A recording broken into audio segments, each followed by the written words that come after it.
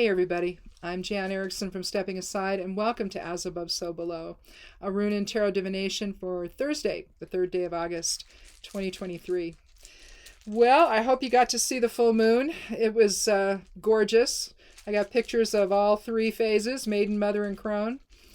Let's see, Lammas was on Tuesday, the 1st, and so I was able to do an oat harvest, and I was able to make my soup from some of the other stuff in the garden, and I didn't have any carrots yet, so those are still coming up. I plant carrots in the end, well, the middle to end of July, so that they come up in the fall, and the frost will touch them a little bit. It makes the carrots sweeter, so I don't do carrots right off the bat in my garden. I wait. So I usually do it in the any bed that I have had garlic in, and then after I harvest the garlic, then I'll plant the carrots right there. So anyway, that's what I was doing. But anyhow, let's go ahead and get started here and take our runes, our significator runes. We have Othala, 24th rune of the Elder Futhark. Othala is essentially Kenaz in every direction possible. Kenaz is the torch or the light of spirit, clarity, basically higher self. It's one of the higher self runes, specifically higher self runes. Sewil is another one. But again, that's also Kenaz in both forward and reverse, skewed, but both forward and reversed. Here you have the X down below, which is Gebo, which is balanced energy exchange, and then Ingu's up above the diamond there. That's the seed. And again, it's about manifestation. But at the end of the Elder Futhark, you're really looking at the Akashic record of our lives, all of our experiences that we've gained and gathered and done in full clarity. That the soul has, very similar to the major arcana with the world card at the end, you come full circle and you bring in all that you've learned into your experiences. Going forward, it's about tradition, loyalty, family, possessions, inheritance, with Othala, the legacy you leave behind, very similar there to the Ten of Pentacles in Tarot, the legacy that you leave behind for others, prosperity, tradition, sacred space. That's Othala. So and in fact, I actually like to think of it in terms of sacred space. What kind of sacred space have you created for yourself and for your family throughout your life? It's a really important thing. We get caught up in the struggle of it all, and we forget to find our sacred space. We forget to find that place of peace. And in theory, it should be, your family. Should be that for you, but these days you just never know. I mean, it's always been the case, but especially these days, there's so much conflict, so much nonsense that's been created, based on lies and all of that, and it's not something that has been a struggle born from truth. It's a struggle built on manipulation and all of that, and we've seen that impact families in such a profound way over the last few years. Let's take a look at the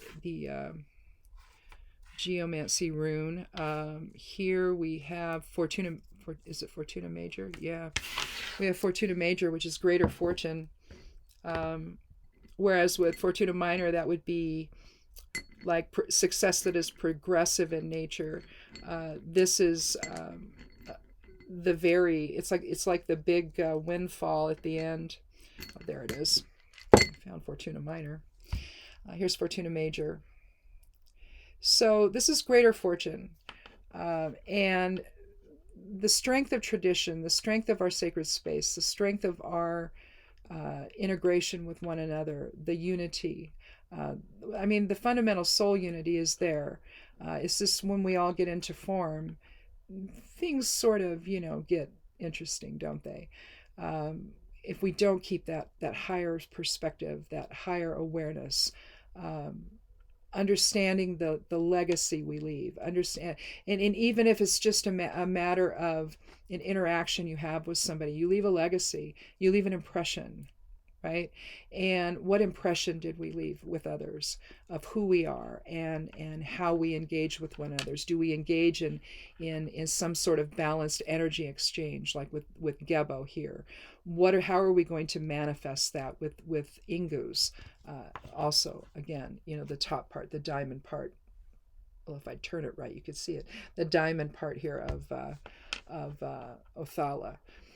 What seeds do we plant, in other words, that are going to grow and become part of our tradition, become part of our ancestral heritage, if you will. And if we do it right, then, we've got ourselves something to show for what we did here and how we've conducted ourselves. And have we embraced others in that? Have we, or have we just gone our own way and not really, had any part of a shared path or shared understanding? But it seems to suggest that if we're mindful of the Othala energy in our lives, then and are mindful of our own actions and how they impact all of that, then greater fortune. You have a much more positive outcome than otherwise. So, but let's go ahead and cut the deck, and we'll take the lower half and draw 3 cards and see what we've got.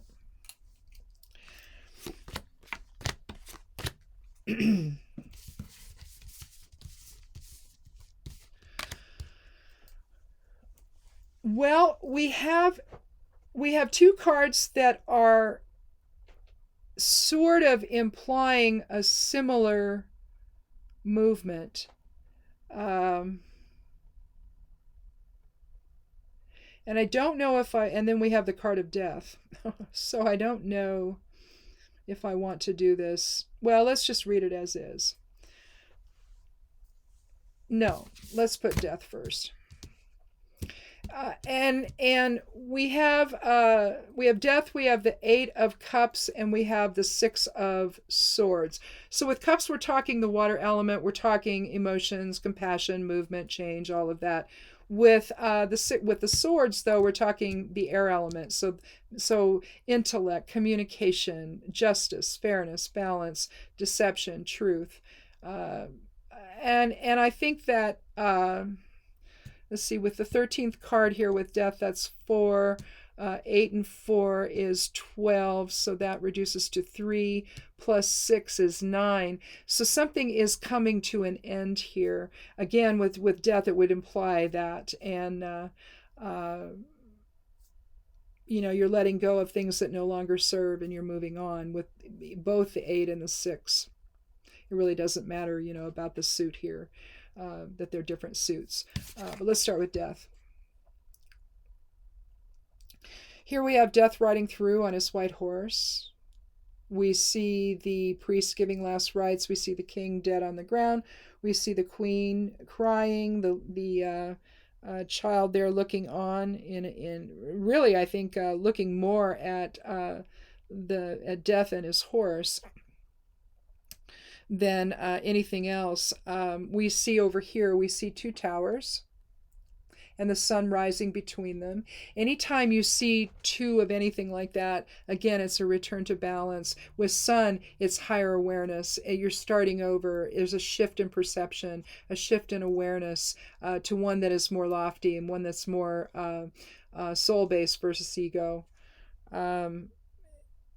We see out here, there's water out here is a body of water. You see a ship way over here on it. Let's see if you can see anything else in the card. The towers are this is actually lower than where the towers are. This is much higher off the ground. And here it's almost like they're down by just a lower, well, it's not the ocean. It's just a river down there. But through the challenges, you see, you rise up and you create a certain level of balance in how you see things. Death is holding a black flag with a white inverted rose well, at least it has the look of an inverted pentagram on there. Pentagrams are that would be upright. Here the focus is on spirit. This is all just elemental right here. And then this would be spirit.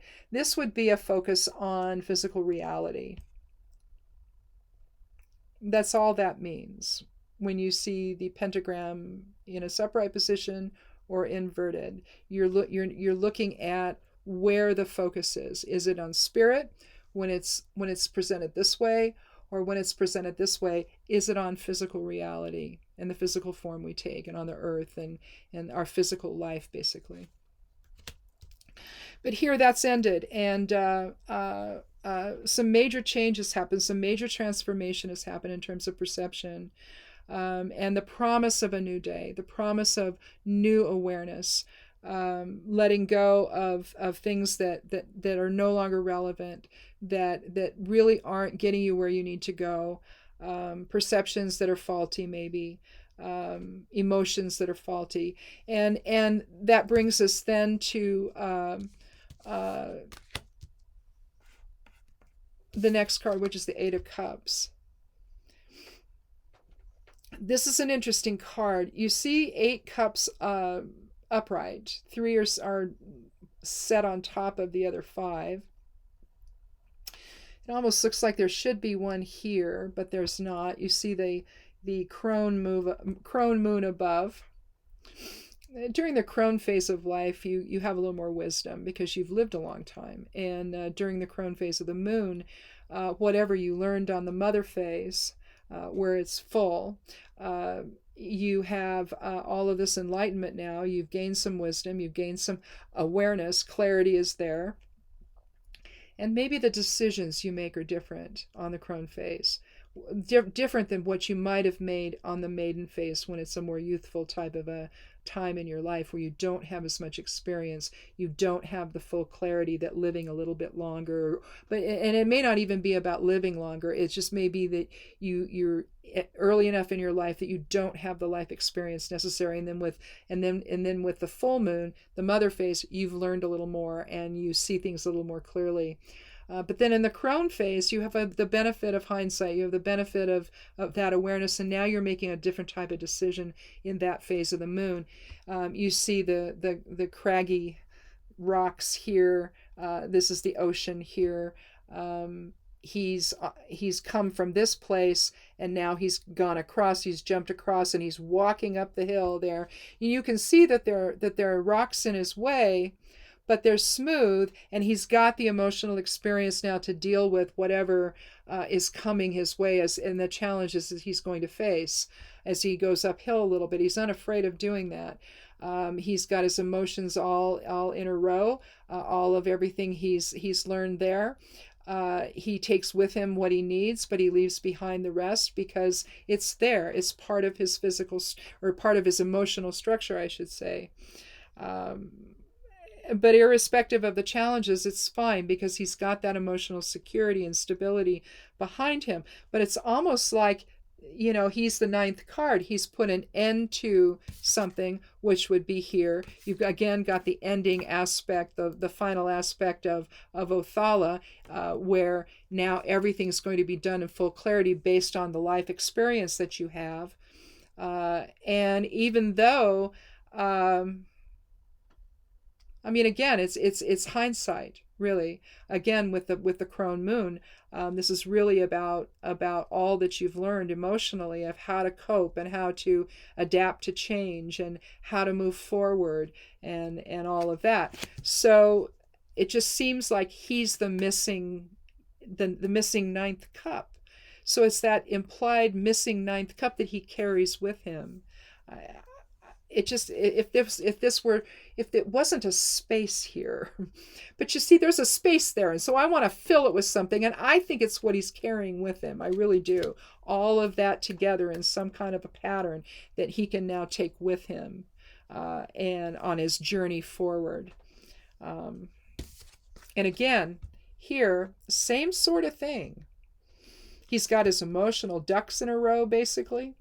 And here he's got, here the family's got their intellectual swords in a row, if you will. Here we have a man ferrying his wife and child across the water in the wintertime. You can see there's probably ice here. Look through all this at the water, and it looks like ice because you can see here where he's breaking through. His wife and child are huddled against the weather, basically. You see the snow over here on everything, the snow on the trees, the snow on the ground. 6 is about empathy. It's about guidance. It's also about shared experience. And I think that, excuse me, I think that the shared experience aspect of this is letting go of perceptions that no longer serve. Here was emotions. Here is perception. And again, taking with you what you need to help guide you in toward a new goal. And again, that would align with Fortuna Major. In one interpretation, you could think of this as a journey across water during the winter. But realistically, when you're looking at the swords, that's the air element. And again, it's our intellect. It's justice, it's fairness, it's deception, it's truth, interaction. And I think that once this transformation has taken place with the card of death, and you realize that there's a lot of things you need to let go of. Once you let go of the fear, if you will, in the 8 of Cups to move on, now you can move on in a rational way. And I think that's what's happening here in the 6 of Swords.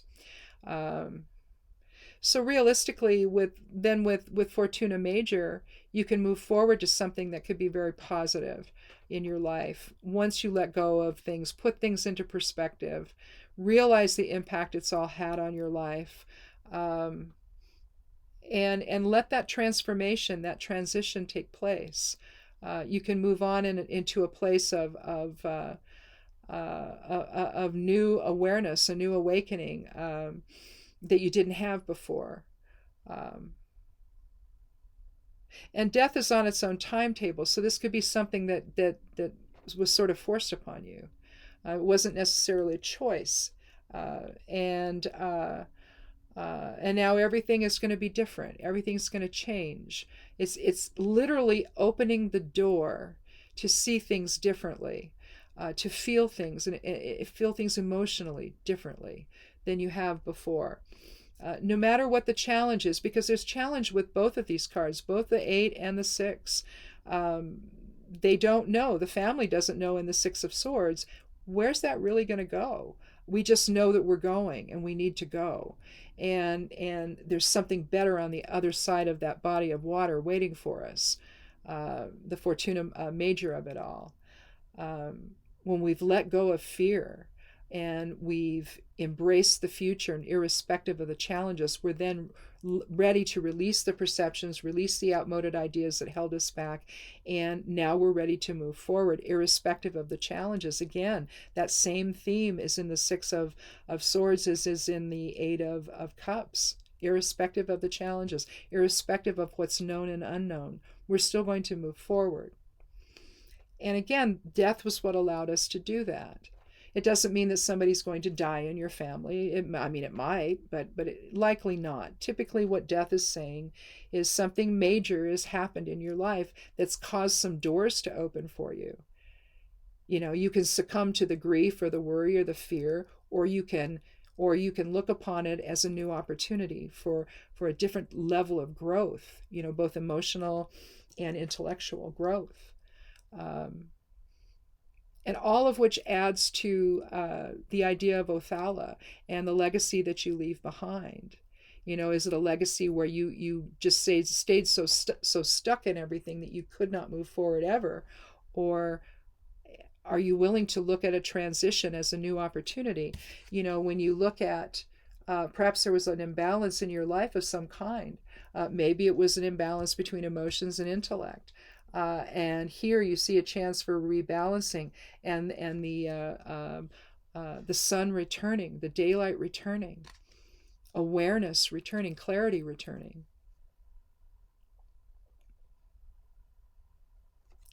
as you make your way through this earthly experience. But again, with Athala, there's a certain level of security and peace involved with it.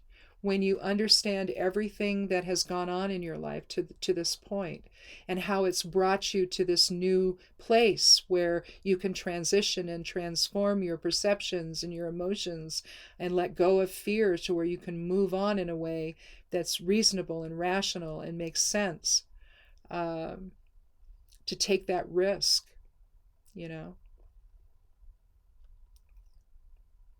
all in preservation of the tradition, the shared tradition in your life, the sacred space, to new prosperity. There's also prosperity with Athala, and again, that was going to align very well with Fortuna Major. So this could just really be about, with death, maybe you've had a lot of fear about moving forward, about change, about trying new things, taking a risk. Maybe you've had some fear about that, and something's just happened that sort of forced you out of your comfort zone and made you rethink things in a way that is more about the future than, treading water in your present reality. Maybe that's what's been happening here. And you're just ready to move on emotionally. You get it all in order, and you take that emotional strength with you. You let go of the fear of the unknown, and you take the wisdom of experience, that you've gained over a lifetime, or over at least your lifetime so far. And perhaps you are older. Maybe this is an age thing where you've raised your kids, and now you see that it's time to maybe shift your perception and let go of the fear that's held you back from doing one thing or another and exploring new opportunities. I think the Six of Swords is really about that, exploring new opportunities that make sense to you and are reasonable. But at the same time, there's a level of risk because you really don't know what's on the other side of that body of water, that lake or river or whatever it is that you're in there, that the family is in. But they're willing to go and go towards something that's better for them. So again, maybe Carcer on Monday and Laguz on Monday, we're suggesting that we need to loosen those bonds, those self-imposed restrictions of our own perceptions, not being so bound by our own perceptions, outmoded ideas, all of that. And now we come on Thursday to death, where the transformation's taken place, whether we wanted it to or not. And so it just seems like there's something that's forcing you to step outside your comfort zone and to put the fear where it belongs and to move on to something that's more prosperous, and that just adds to your legacy. And doing so in full clarity. So, anyhow, I guess that's it. I think we did it. And we'll see what today brings, and in the days to come here, the next week or so, see how, at least through the weekend, see how that goes. And we'll meet again on Monday for another edition of As Above, So Below. And until then, be good to yourself, be good to one another, and blessed be.